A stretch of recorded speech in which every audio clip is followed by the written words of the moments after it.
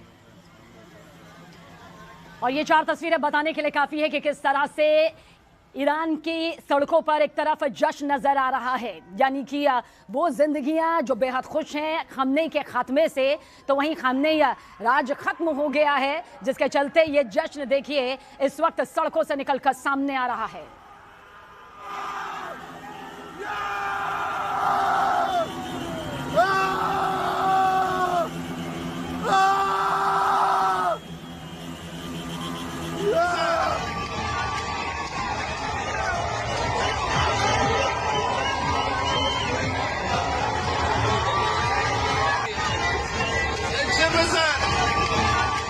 तो देखिए आज का दिन तो बहुत ज्यादा भारी यहाँ पर ईरान के लिए। ईरान करेगा क्या, इसी पर हम लगातार चर्चा यहाँ पर कर रहे हैं, क्योंकि ईरान में खुद ही देखिए एकता देखने को मिल नहीं रही है। दीपक बोहरा जी लगातार हमारे साथ यहाँ पर बने हुए हैं। दीपक जी, अगर आपको किसी और देश का, अन्य देश का, दुश्मन देश का सामना अगर करना है तो आपके लोग ही एकजुट होने चाहिए। ईरान में तो वो हालात दिख ही नहीं रहे। सही कहा। एक चीज मैं और बताता हूँ, मैंने अपने एक इजरायली फ्रेंड से पूछा है हमारे ग्रुप में कि भाई आप लोगों ने एक साथ इतने सारे लोग कैसे मार दिए वहां की लीडरशिप के लिए। उन्होंने कहा कि ये इंटेलिजेंस बेस्ड ऑपरेशन था। आप सुनिए, हम उनकी हर बात सुन रहे हैं।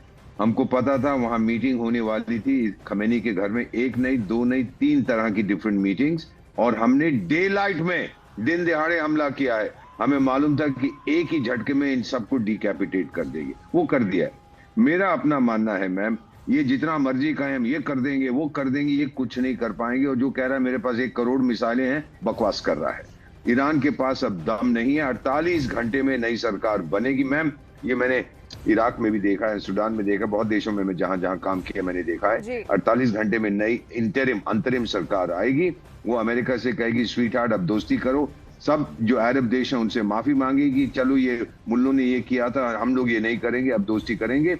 और उसके बाद आप देखेंगे हाँ कुछ समस्या होगी, कुछ लोग फिर भी मुखालफत करेंगे, लेकिन मेरा मानना है कि अब ईरान की जो नई सरकार आएगी वो पश्चिमी देशों के साथ दोस्ती करने का प्रस्ताव रखेगी। इसीलिए ट्रम्प बार बार कह रहे हैं, देखिए कोई विकल्प भी उनके पास यहाँ पर नहीं है दोस्ती के अलावा। एग्जैक्टली, आपने बिल्कुल सही कहा। आपको याद होगा, नहीं आपको नहीं याद होगा, आपकी उम्र बहुत कम है, जब इराक पे हमला किया था सद्दाम हुसैन पर अमेरिका ने, तो सद्दाम साहब ने अपनी स्कड मिसाइल टेल अवीव पे दाग दी थी, और फिर अमेरिका ने इजराइल से कहा देखो ये एक्सपैंड कर रहा है कॉन्फ्लिक्ट को, आप जवाब मत दो। उन्होंने जवाब नहीं दिया था, फिर तो ठुक गया था सद्दाम हुसैन। तो मेरा अपना ये मानना है कि ईरान ने कोशिश तो की है कि वाइडर कॉन्फ्लिक्ट हो, लेकिन वाइडर कॉन्फ्लिक्ट नहीं हुआ। और फिर इनको मारने की क्या जरूरत है? इजराइल के और अमेरिका के जहाज इन देशों से नहीं उड़े थे, वो तो एयरक्राफ्ट कैरियर से उड़े थे, वो तो इजराइल से उड़े थे। तो इनको क्यों ठोक रहे हो आप? ये बेवकूफ है मैम। ये दिखाने की कोशिश कर रहे हैं कि हम जो चाहे वो कर सकते हैं, आप नहीं कर सकते। दुनिया बदल चुकी है, थियोक्रेसी हर जगह अब जा रही है। ये एक दीपक बोहरा जी लौटेंगे आपके पास उन सवालों के साथ जो मेरी सहयोगी शिवानी पांडे आपसे पूछ रही है, लेकिन ये 4 तस्वीरें भी इस वक्त आपके सामने। देखिए इंतकाम के नारे इसलिए लग रहे हैं क्योंकि ईरान में गुस्सा है, उनके सर्वोच्च नेता सुप्रीम लीडर खामनेई का खात्मा कर दिया गया। वहीं समर्थकों की रोती बिलखती तस्वीर मस्जिद से भी निकलकर सामने आई, और फपक कर किस तरह से एंकर रो रहे हैं ये भी देख लीजिए। मातम में समर्थक हैं। उससे पहले तस्वीर दिखाई थी कि किस तरह से एक वर्ग वो भी है, कुनबा वो भी है, वो भी जिंदगियां हैं जिसमें खुशी नजर आ रही है, तो दूसरी तरफ रोते बिलखते ये समर्थक और ईरान में गुस्से से भरी ये तस्वीर दिखाई दे रही है।